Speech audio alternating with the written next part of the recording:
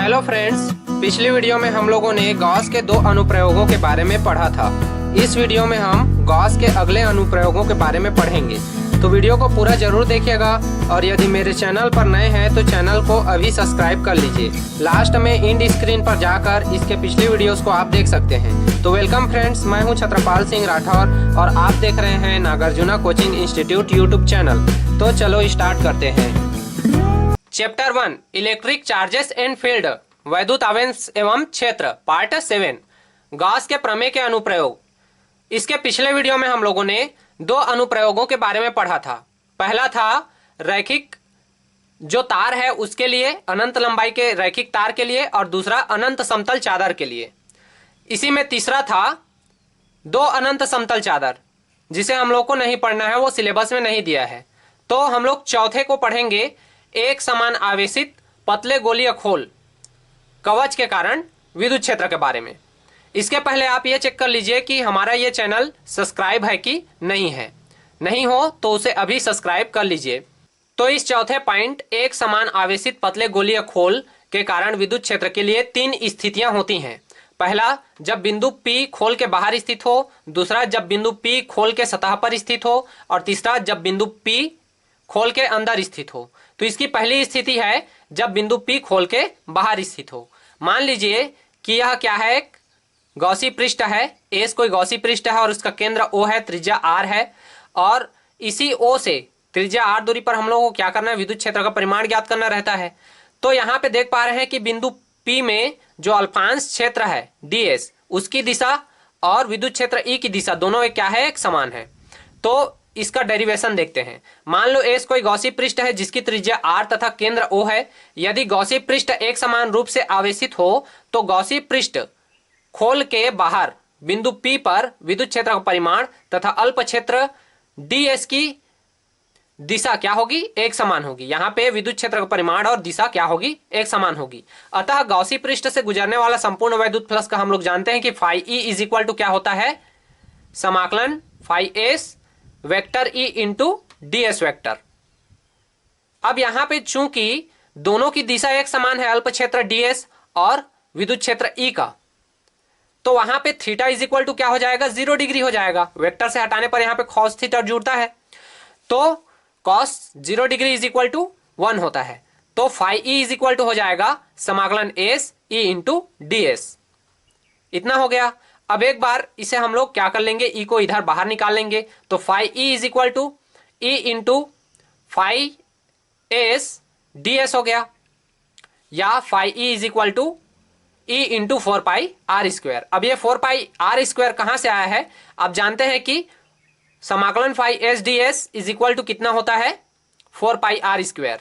क्या है ये, गोले का कुल पृष्ठीय क्षेत्रफल होता है।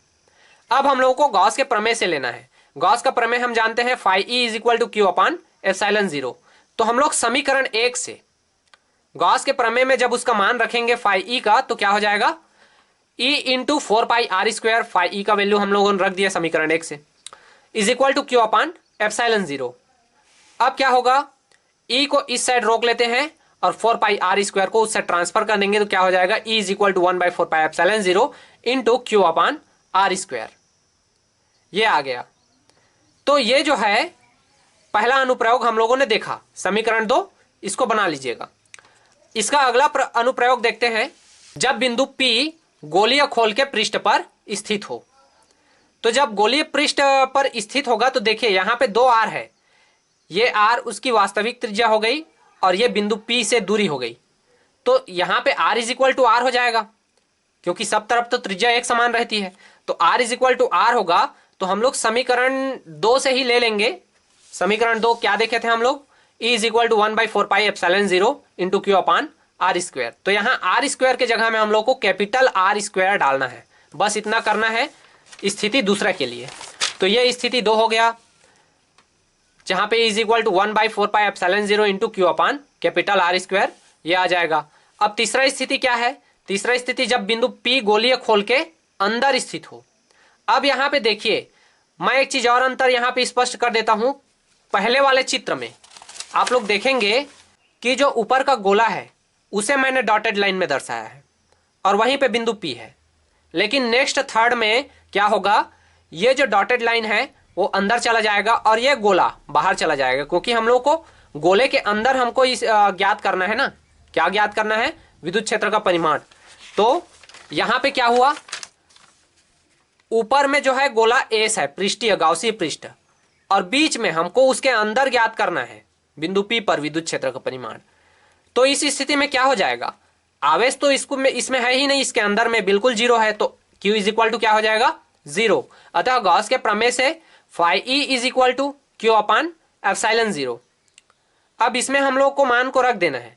देखिए यहां पे पहले जो इसका अनुप्रयोग है या पहला बिंदु है उसमें E phi E is equal to कितना होता था, E into 4 pi are square, तो उसको हम लोग यहां पे रख लेंगे, is equal to Q is equal to क्या है, जीरो, और एप्सिलॉन जीरो को भी रख दिए। तो यहां पे लिखा है phi E is equal to E into 4 pi are square तथा Q is equal to zero. तो यहां दो कंडीशन आ जाएंगे, जब हम लोग 4 पाई आर स्क्वायर को उससे ट्रांसफर करेंगे तो 0 upon 4 pi square epsilon zero is equal to zero ही हो जाएगा। और दूसरा कंडीशन ये कि यहां पे हम लोग डायरेक्टली जीरो रख देते हैं, तो phi E is equal to zero upon epsilon zero का phi E is equal to zero ही हो जाएगा। तो इस प्रकार से हम लोगों ने तीनों बिंदुओं को स्पष्ट किया। तो ये थे गॉस के अनुप्रयोग, और इसमें कुछ महत्वपूर्ण सूत्र है जिसे हम लोगों ने शुरू से आखिरी तक जितना भी पॉइंट पढ़ा है उसमें से ही ये आया है। तो इन जो महत्वपूर्ण सूत्र है उसको याद कर लीजिएगा। इसके नेक्स्ट वीडियो में मैं इसका सारा जो है न्यूमेरिकल कराने वाला हूं आप लोगों को।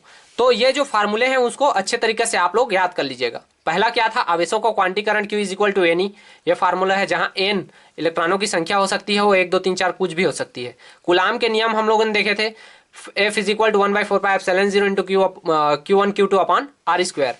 फिर विद्युत क्षेत्र देखे थे, तो विद्युत क्षेत्र में E is equal to 1/4 pi epsilon zero into Q upon are square आ गया।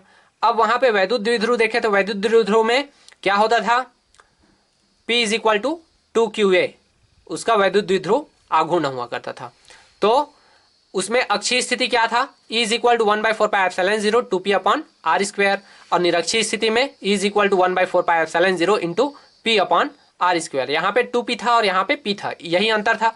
और बल युग्म का आघूर्ण के लिए हम लोगों ने देखा कि tau is equal to PE sine theta, इसे भी मैं पिछली वीडियो में पढ़ा चुका हूँ। तो अगला देखे थे हम लोग गॉस के प्रमेय, तो गॉस के प्रमेय में phi is equal to Q upon epsilon zero, और आवेशित तार के लिए देखे थे, अनंत लंबाई के आवेशित तार के लिए तो E is equal to lambda upon 2 pi epsilon zero R था, और अनंत समतल चादर उसके लिए E is equal to sigma upon 2 epsilon zero. और वही तीसरे को हम लोग नहीं पढ़े हैं, डायरेक्ट चौथे को आज पढ़े, जिसमें 3 स्थितियां पढ़ी हम लोगों ने।